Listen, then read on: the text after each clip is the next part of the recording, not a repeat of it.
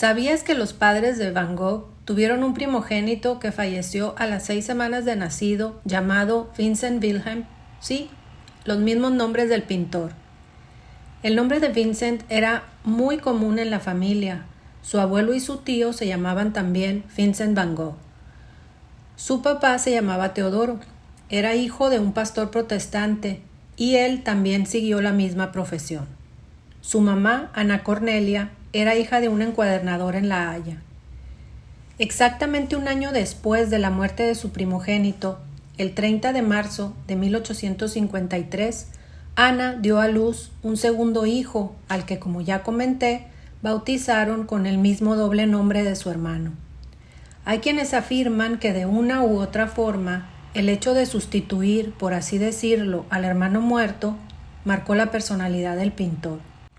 La aldea en la que nació Vincent, Hoogzundert, se encuentra muy cerca de la frontera con Bélgica. Era una aldea de solo 3,000 habitantes, en medio de un paisaje melancólico con el cielo siempre nublado. Vincent fue un niño de carácter entristecido, brusco, voluntarioso y burlón. Sin embargo, no era una persona antisocial. Se dice que fue su mamá quien le enseñó a dibujar a manera de pasatiempo. A los 11 años, en octubre de 1864, salió de Zundert para ingresar en el internado Hoogprofilie, en una población tan triste y aburrida como su aldea natal. Sus papás creían que el contacto con otros muchachos de su edad forjaría el carácter de su hijo, pero no les resultó como esperaban. Vincent tuvo 5 hermanos: Ana Cornelia, Theo, Elisabetta Huberta, Wilhelmina Jacoba y Cornelius. Theo, 4 años mejor que él, fue su hermano preferido, su sostén y su guía. En septiembre de 1866, Vincent abandonó el instituto y se trasladó a Tilburg, donde ingresó en otra escuela. Como su carácter no mejoraba y seguía teniendo notas malas, sus padres comenzaron a preocuparse por su porvenir. Estuvo 2 años en Tilburg y en marzo de 1868 regresó a Zundert. Tenía 15 años. Pasó 14 meses con sus papás, aislado, principalmente leyendo libros de filosofía y teología. Poco después entró a trabajar en Galerías Goupil, en la sucursal de La Haya, por recomendación de su tío Sent, quien era socio de la compañía. Galerías Goupil fue una importante empresa que hacía reproducciones de obras de arte en grabado y en fotografía, y también vendía obras originales, llegando a tener sucursales en varias ciudades de Europa. Vincent pasó ahí 4 felices años. Sus superiores estaban contentos con él y obviamente sus padres más. Fue ascendido y enviado a la sucursal de Londres. Tendría entonces 19 o 20 años. A su llegada a Londres se instaló en una pensión familiar, cuya dueña era la viuda de un pastor protestante, la señora Loyer.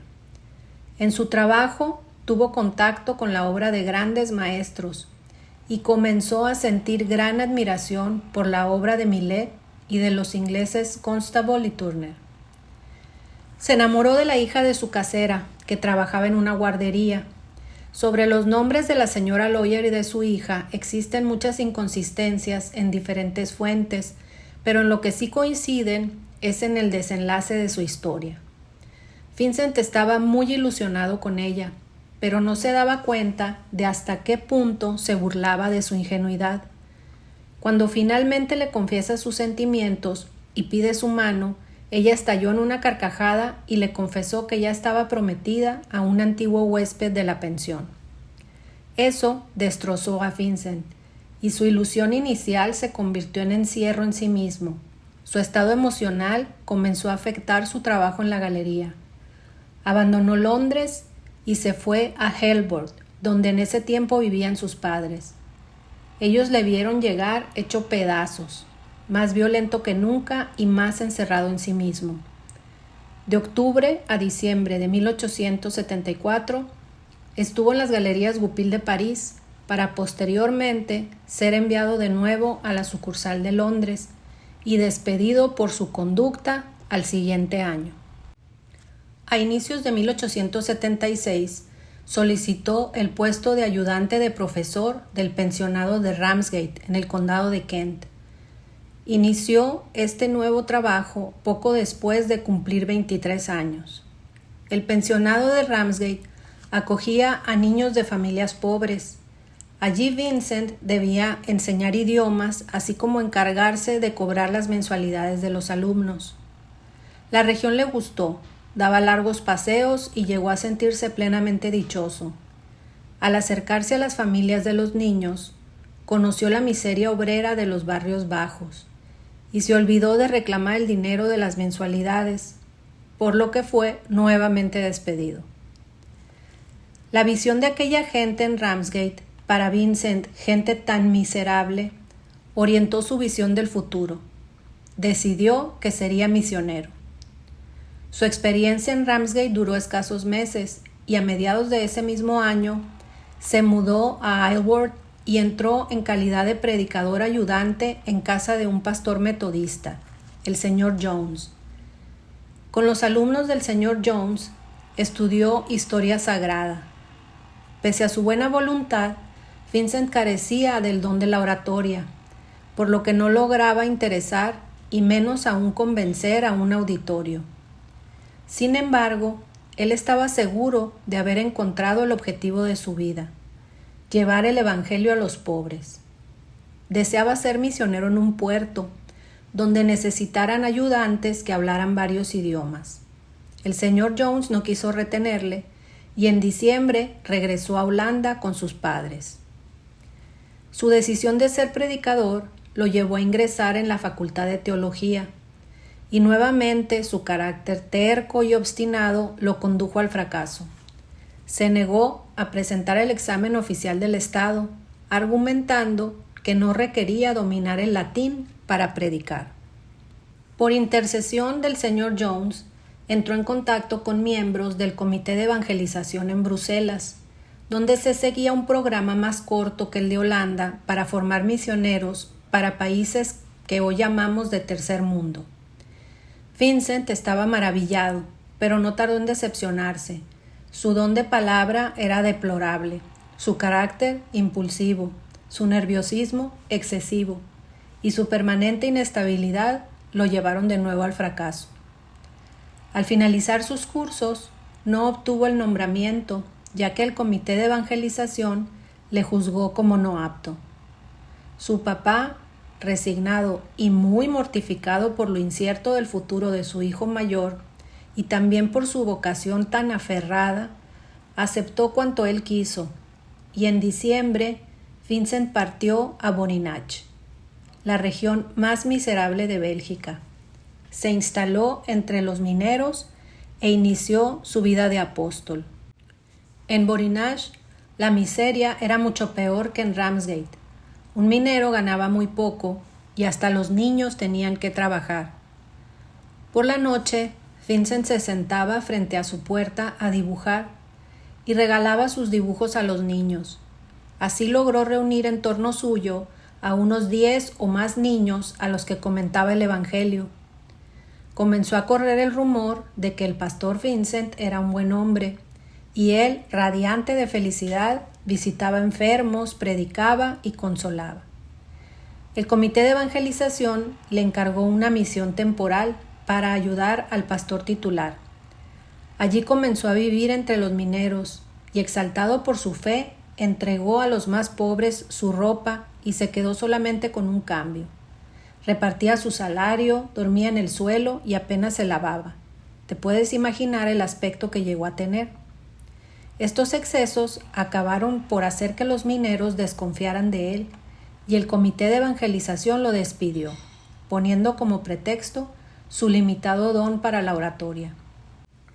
En julio de 1880, poco después de ser despedido, visitó en Bruselas al pastor Petersen en busca de consejo.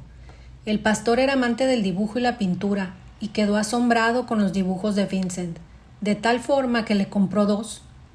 Vincent le escribió a Theo lleno de nuevos proyectos, impresiones y opiniones sobre su futuro. Lo que como misionero no había logrado manifestar a los hombres, ¿Podría comunicarlo siendo artista con sus dibujos? A partir de esa época, Theo comienza a mandarle dinero a Vincent, quien ya tenía 27 años.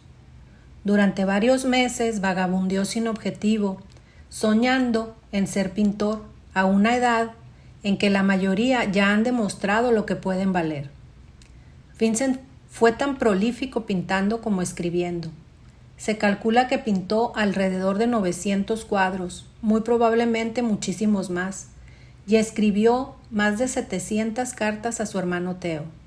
Se conservan las de Vincent ya que Theo tuvo el cuidado de guardarlas. Escribía en holandés y francés, con letra muy clara e incluyendo muchos dibujos en las cartas. Cerca de un año después de ser despedido de Vorinage, Vincent se instaló de nuevo en casa de sus padres. Un mes después, su prima, Kivo, viuda reciente y madre de un niño de 4 años, fue a pasar unos días a Etten, a casa de los Van Gogh. Vincent se enamoró perdidamente de ella y se le declaró, pero Key le rechazó categóricamente. Se marchó a Ámsterdam donde vivía su papá. En noviembre, no pudiendo aguantar más, Vincent visitó en Ámsterdam a los padres de Key. Ella, advertida de la llegada de Vincent, había huido. Siguió por días insistiendo en ver a su prima, y un día, en un arrebato de desesperación, colocó una mano encima de la llama de una lámpara y les aseguró que la mantendría allí hasta que saliera Key. Fue una escena terrible, hasta que el papá de Key sopló y apagó la llama. Vincent regresó a Etten abatido, más irritable, violento y autoritario. Se apartó de Dios y su papá ya no lo aguantaba. A finales de 1881 se marchó a La Haya, donde sus primos, Anton y Arlette Maud, lo recibieron con gusto. Ambos eran pintores. Anton era un pintor realista y le enseñó a Vincent a pintar al óleo. Y también le presentó a varios artistas. La Haya era en aquella época un centro artístico importante. En aquel ambiente, Vincent se hallaba completamente a gusto. Desgraciadamente, sus buenas relaciones con los pintores no duraron mucho. Anton cambió su actitud respecto a Vincent y en una discusión, Van Gogh cogió uno de los modelos de yeso que dibujaba Anton y lo rompió. A partir de entonces, la ruptura fue total.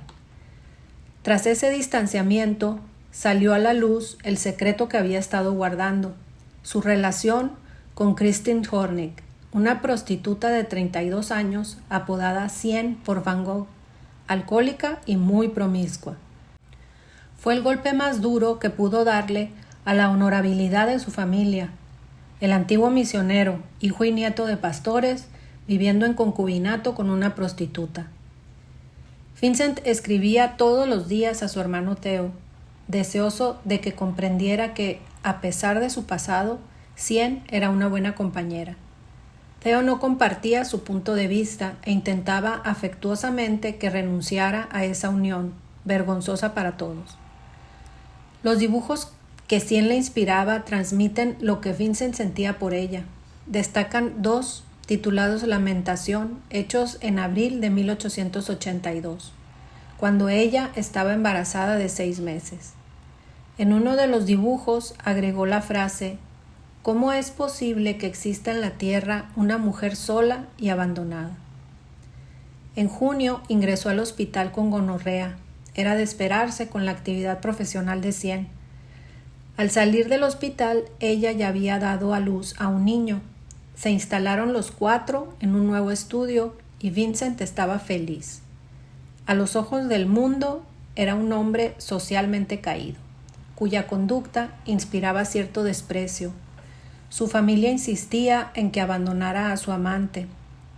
100 gastaba los escasos ingresos y el dinero que recibía de Theo en alcohol y en tabaco. Como no le alcanzaba para comprar óleos y lienzos, se limitaba al dibujo. La madre de 100 también le servía de modelo. 100 volvió a prostituirse y salió nuevamente embarazada. Vincent ni se atrevía a plantear la pregunta sobre la paternidad. Él soñaba en establecerse con ella en una aldea, pero esa idea no la compartía 100. Ella no deseaba enmendarse, ansiaba seguir bebiendo y ocupándose poco de la casa y de sus hijos. Theo seguía tratando de convencer a su hermano de abandonarla. Cuando Vincent se entera de que Cien, alentada por su madre, había entrado a trabajar a un prostíbulo, él se decepcionó y regresó a Nuenen, a la casa de sus padres, donde no fue mal recibido. Con esto llegamos al fin de la primera parte. Si te gustó, suscríbete a mi canal y activa la campana de notificaciones para el siguiente video.